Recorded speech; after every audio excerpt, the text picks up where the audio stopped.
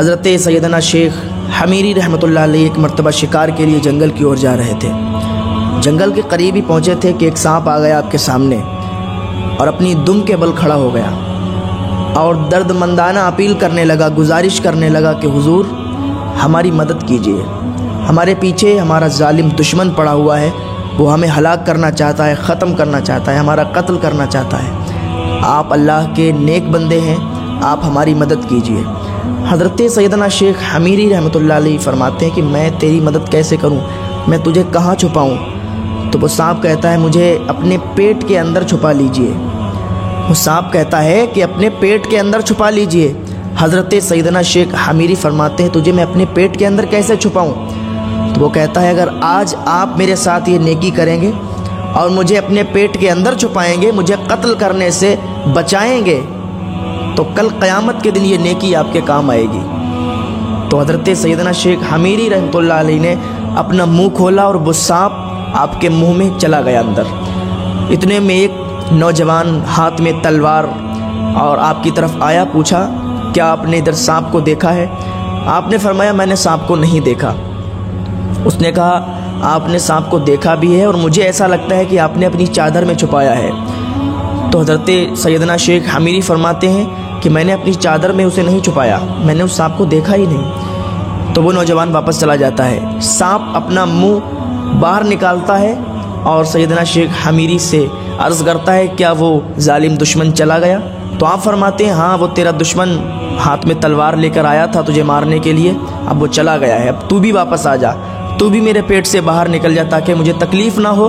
तब वो सांप कहता है अब मैं तेरे पेट से नहीं निकलूँगा, अब मेरे लिए दो रास्ते हैं, या तो मैं तेरे दिल में छेद करूँगा या तो मैं अपना जहर तेरे अंदर डाल दूँगा, तुझे मार डालूँगा। हज़रत सैयदना शेख हमीरी फरमाते हैं कि एक तो मैंने तेरी मदद की, तूने मुझसे मदद के लिए कहा, मैंने तेरी मदद की, तेरी जान बचाई, अब तू मेरी जान लेना चाहता है। सांप कहता है कि तुम बहुत बड़े बेवकूफ़ हो, पागल हो, क्या तुम्हें नहीं मालूम कि तुम्हारे बाप आदम के साथ हमने कैसी दुश्मनी की थी? फिर तुमने हमारी जान क्यों बचाई? तुमने हमें क्यों बचाया? हमारे पास ना तो कोई सवारी थी, ना तो हमारे पास कोई मालो दौलत थी जिसकी लालच में तुमने हमें बचाया हो। तो हज़रत सैयदना शेख हमीरी फरमाते हैं हमने किसी लालच की खातिर तेरी जान नहीं बचाई, हमने जो तेरी जान बचाई है फ़कत अल्लाह रब्बुल इज़्ज़त की रज़ा हासिल करने के लिए।